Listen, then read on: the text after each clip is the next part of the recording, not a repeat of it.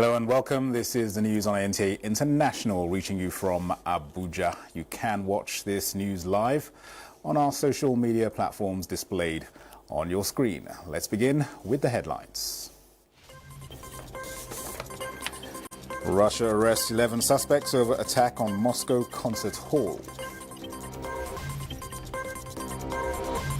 President Tinubu assures Nigerians that all in captivity will be rescued and no ransom will be paid.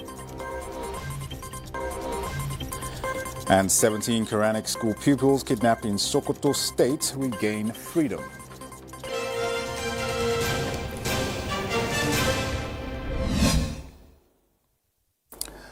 President Bola Tinubu was assured of adequate measures to curtail security challenges in the country. The president's message was at the 18th Ramadan lecture put together by NTA, FRCN and VON in Kaduna State, and was delivered by the Minister of Information and National Orientation, Mohammed Idris. President Tinubu further assured that all Nigerians in captivity will be rescued and no ransom will be paid. He also speaks on the various initiatives being taken by the administration to alleviate and cushion the effects of subsidy removal. Of the Nigerian citizen to their country. The premise of the Values Charter is that the government, as represented by the elected and appointed representatives, must fulfill some basic non-negotiable promises. In return, the fundamental commitments from the citizens will also be guaranteed. This, of course, will ensure that the fulfillment of the social contract between the government and the citizens is assured.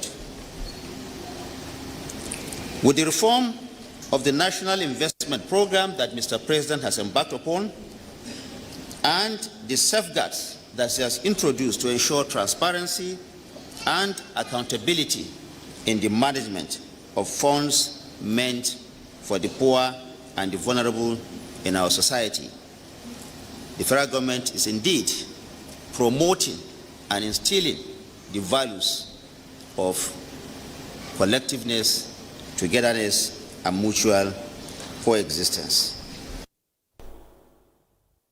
In the meantime, the Minister of Information and National Orientation, Mohammed Idris, has reminded traders that sharp practices are unhealthy to the ongoing efforts of rebuilding the Nigerian economy.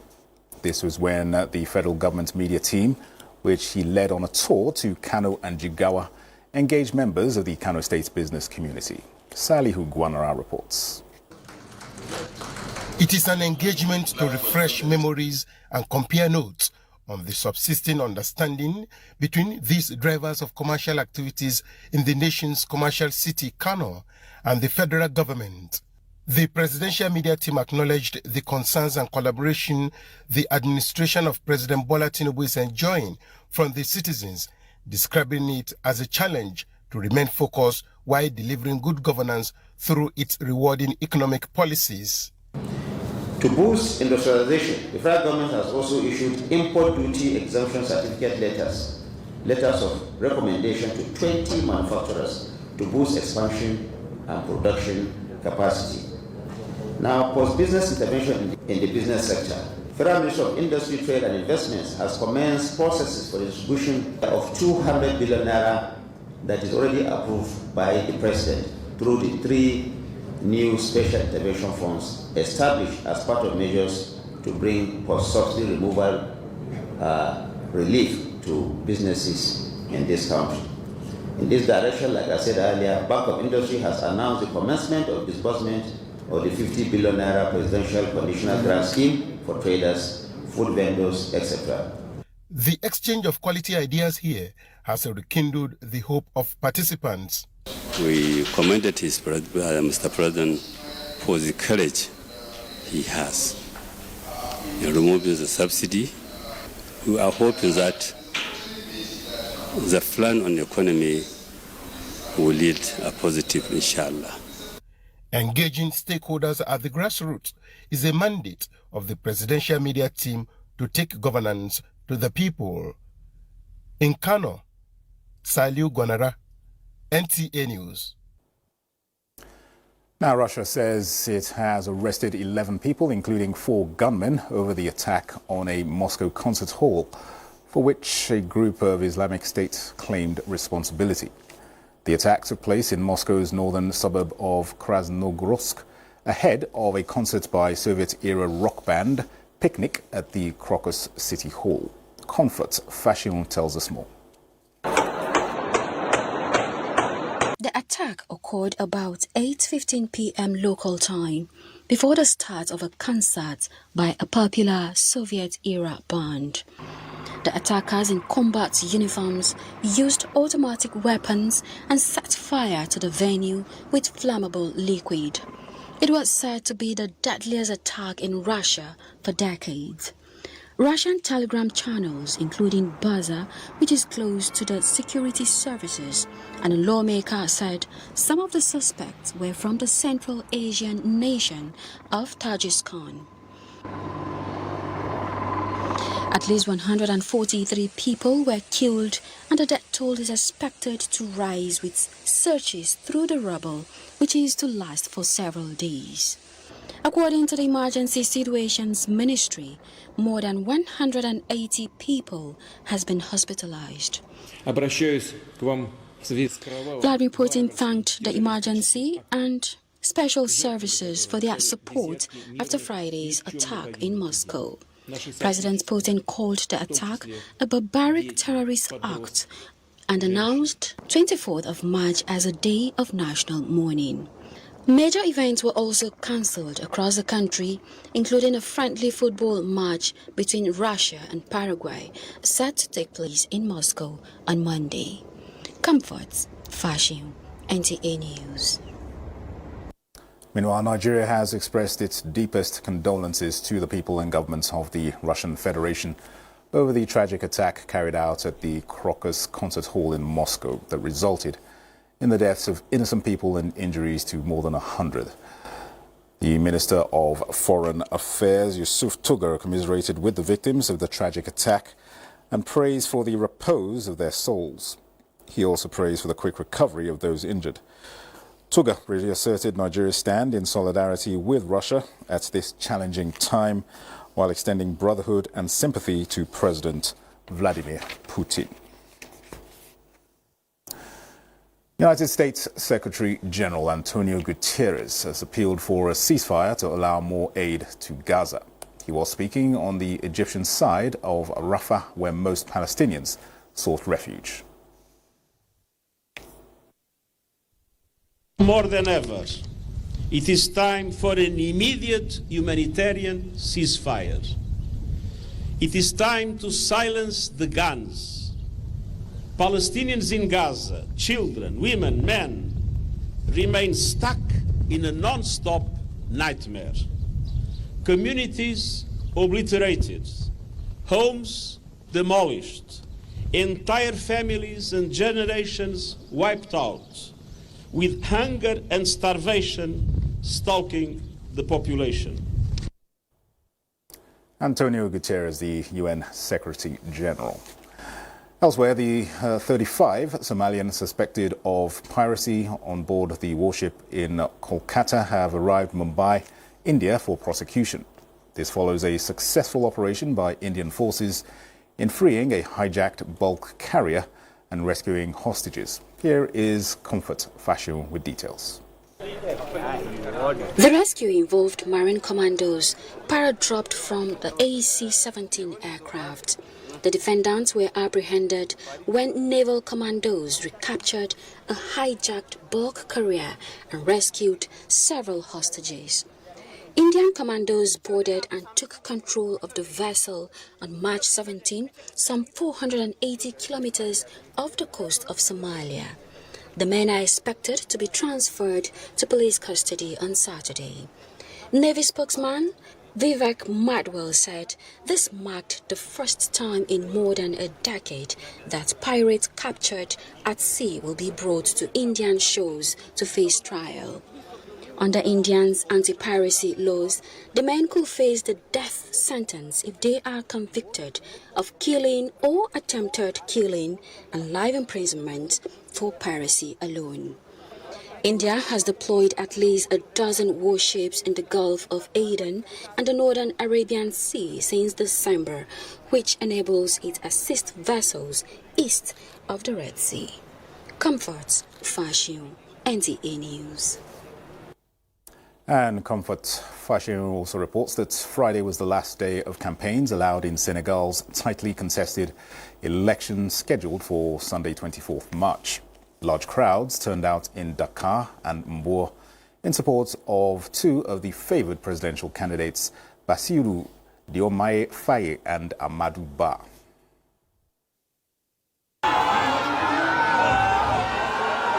This race is expected to be the closest in the country's history. Amadou Ba, a career politician from the same political party as President Macky Sall, is running against Bassirou Diomaye Faye, a popular young politician backed by Ousmane Sonko. Faye and Sonko are popular among young people who make up the vast majority of Senegal's population, but Ba has a large base of supporters in his native Dakar. Before Ba's Friday rally, he told reporters at a Dakar press conference that he is optimistic of being elected on Sunday. And in Mbao, large crowd filled the Caroline Faye Stadium, affirming support for Diomaye, their preferred candidate. The crowd of supporters, mostly youth, echoed the sentiments of many young Senegalese who are angry about high unemployment rate. With campaign officially over, all that is remaining for the election is a casting of ballots unless no candidate can secure more than 50% of votes. Then a second round of voting will take place in 2 weeks. Comfort Fashion, NTA News. Now, the extraordinary session of the 6th Parliament of the Pan-African Parliament, PAP, is underway in Midland, South Africa. The gathering, which serves as a prelude to the by-election to fill vacancies in the Bureau, featured the swearing-in of 45 new members, among them 4 Nigerian legislators. In a keynote address to the plenary, the acting president of the PAP, Lucia dos Passos, reiterated the message of unity and urged members to use the opportunity to rejuvenate the Parliament's operations by ensuring that they effectively serve the diverse interests of Africans.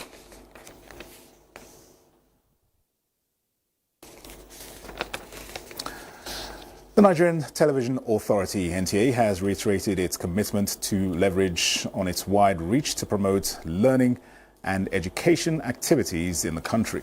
Omenka Marachuku reports that this was the position of the NTA when its management hosted the old students of the Federal Girls College, Bida, Niger State, who came on a familiarization visit. But we also understand the strength, the power, and the network of a Nigerian Television Authority. And that is why we have come here today to pay this courtesy visit, not just because of our anniversary, but to see what we could also do on a long-term basis, because all of us are scattered all over the 36 states of Nigeria. I'm sure in each of the 774 local government of Nigeria you will find one of us, and we would like to partner, work with you to see how you can support us. It's a laudable cause, and if all old students associations go back to give back to school, many schools will not need to wait for government to come and make them better, because little contributions go a long way to making schools great again. And the mere fact that you're talking about mentoring and all that, when they see you going back to the school again and again and again, they're encouraged to pay attention, they become better students, and they look forward to graduating and growing up and being better people and big people in society. The school, which has produced many notable women in society, will be celebrating its 50th anniversary later in the year, and the alumni are dedicated to giving back to their alma mater. You're watching the news on NTA International. We'll have more reports after this break. Stay with us. It's everything you love, our stories in our language on Africa Magic. So hold on to your seats for 3 brand new indigenous series. Get ready for Abu Mansur in the thrilling Hausa drama, Buri. Join Ogechi in her seemingly perfect life in Ebi Ebi. And Queen Ademide's schemes, controversies, and a missing idol in Ijiade. It is time. Tune in to watch Buri every Friday to Sunday on Africa Magic Hausa, Ebi Ebi. Every Saturday and Sunday on Africa Magic Igbo. And Ijiade every Monday and Tuesday on Africa Magic Yoruba. Don't miss the best of these Naija series in your language, only on Africa Magic. Stay connected. Fellow Nigerians, it is a good thing to be Nigerian. Good news! The Office of the First Lady of the Federal Republic of Nigeria is organizing the National Fabric Competition, the #One Nigeria Unity Fabric Competition. The aim is to create a fabric design that would be indigenous to Nigeria, showcasing our culture and unity. This competition is looking out for creativity, concept, and the message of unity. Open to Nigerian youths, both male and female, between the ages of 15 and 25 years. And guess what? You can apply wherever you are in the world as long as you are Nigerian. The winner of this competition goes home with a cash prize of 25 million naira. Are you sure I will not apply for this competition? Submission of entries close on Sunday, 30th of June 2024. Submit your entries by sending pictures of your designs via email to unityfabric.ofl24@statehouse.gov.ng, making sure you capture all parts of your designs. Together, let us unite Nigeria!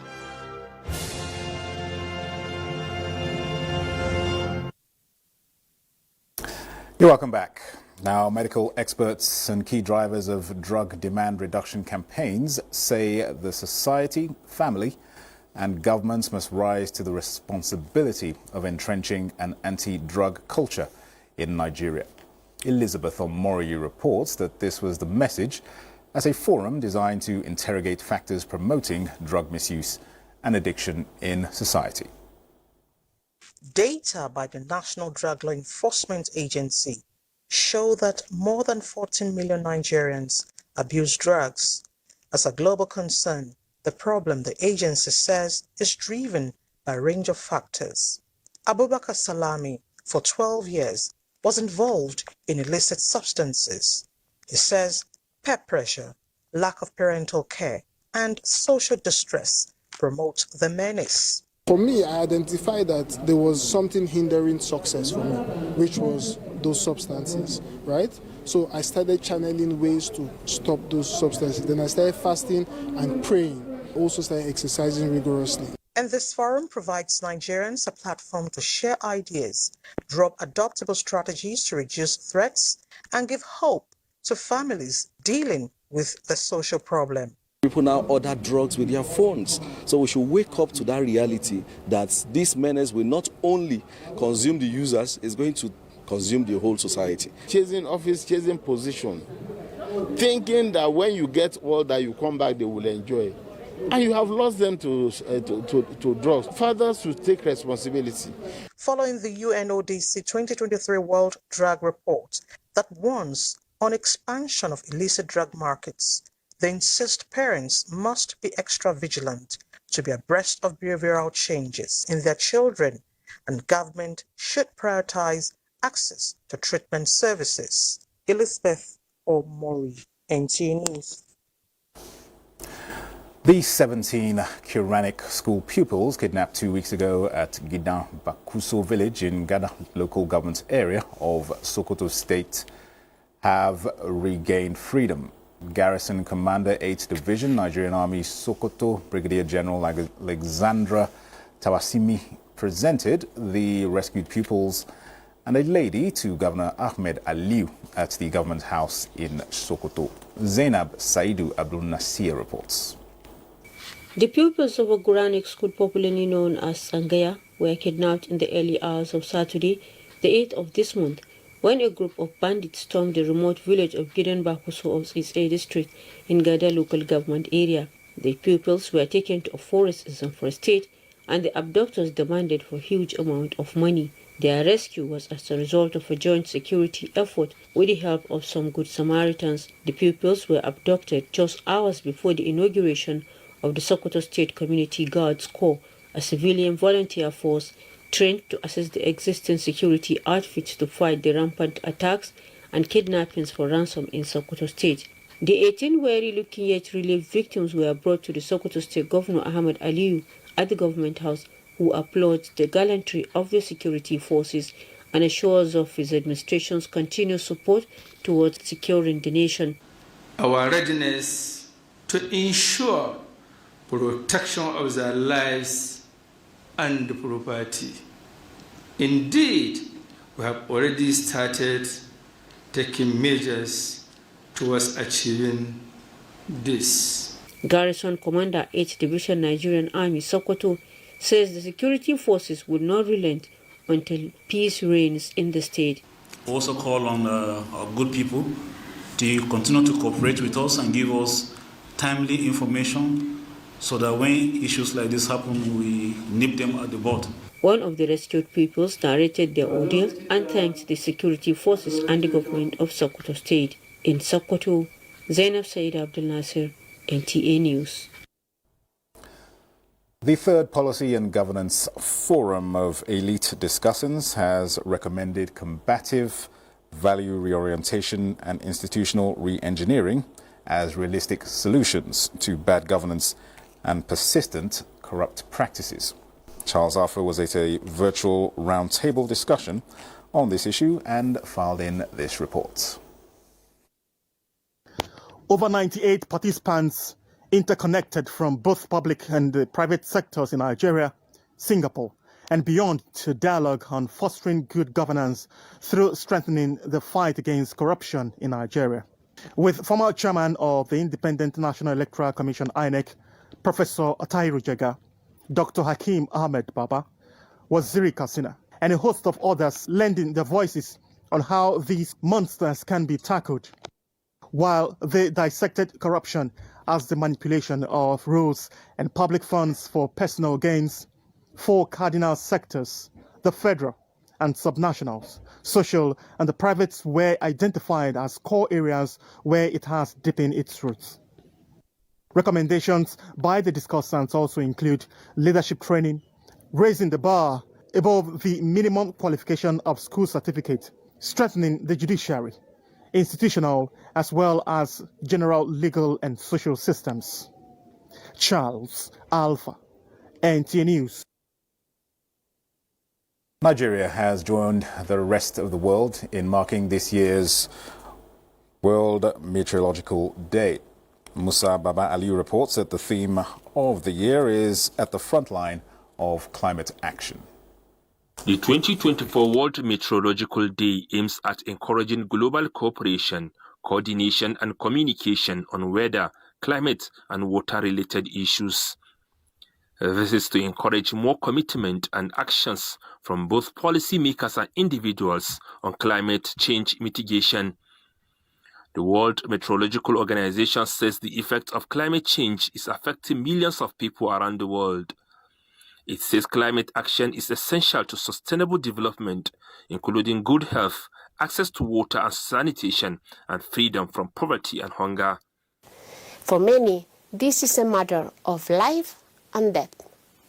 As a matter of priority, hydrometeorological services around the world are engaged in improving their early warning systems, which are the linchpin of adaptation and disaster risk reduction. The Director General, Nigerian Meteorological Agency, Professor Charles Anosike, recognized the indispensable role of meteorology in building a sustainable development society. This, he said, includes providing accurate weather forecasts to mitigate the impact of natural disasters, as well as building climate-resilient societies. In the Nigerian Meteorological Agency, we remain steadfast in its commitment to safeguarding lives, property, and livelihood across the country.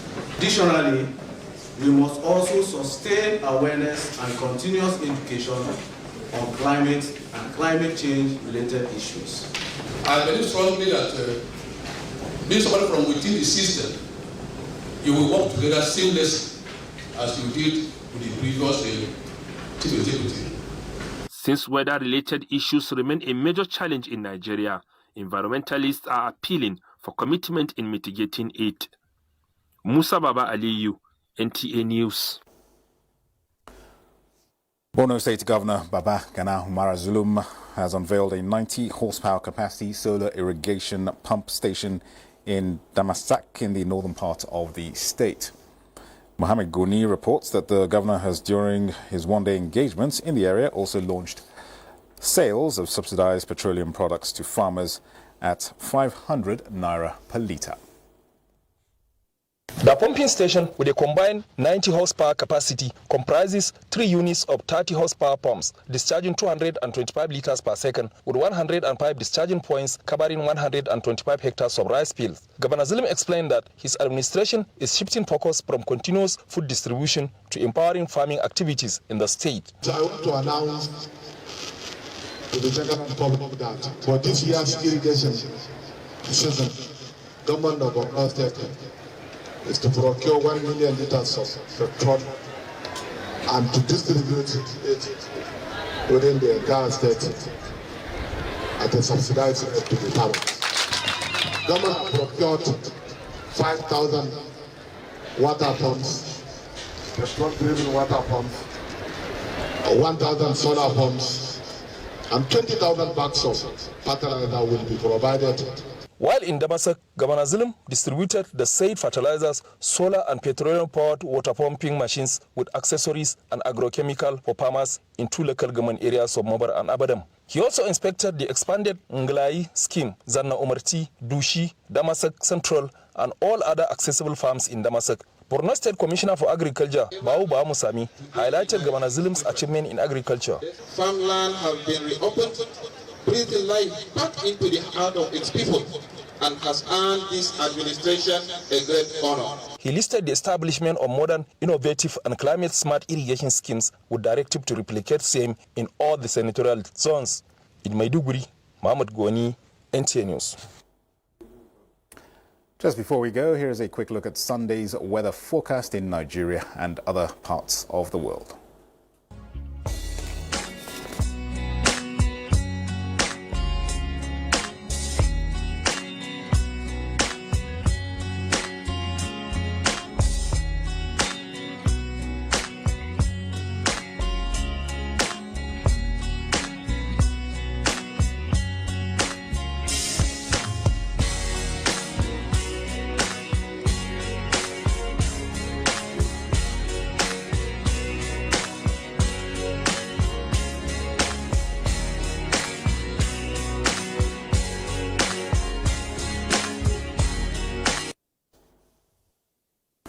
Well, this is where we end the news on NTA International. Thanks for watching. I am Dennis Adegunloye.